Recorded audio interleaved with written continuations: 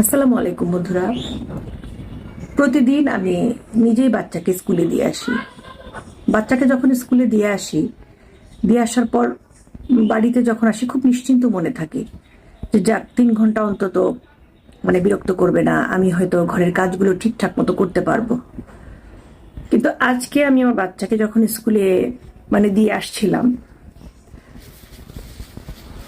বিশ্বাস করো বন্ধুরা, আমার না হাত পা কাঁপছিল। আমার মনে হচ্ছিল আমি ওখানেই থাকি। আসলে আমাদের সন্তানরা বা আমরা কি আসলেও কোথাও সেফ না? আজকের পর থেকে আমার মনে হয় না আমি আমার সন্তানকে স্কুলে দিয়ে বাসায় এসে শান্তিতে থাকতে পারবো। আমার সেই শান্তিটা নষ্ট হয়ে গেছে। আমার আমার সন্তানও ক্লাস 2-এ পড়ে, ছোট্ট একটা মানুষ, নিষ্পাপ।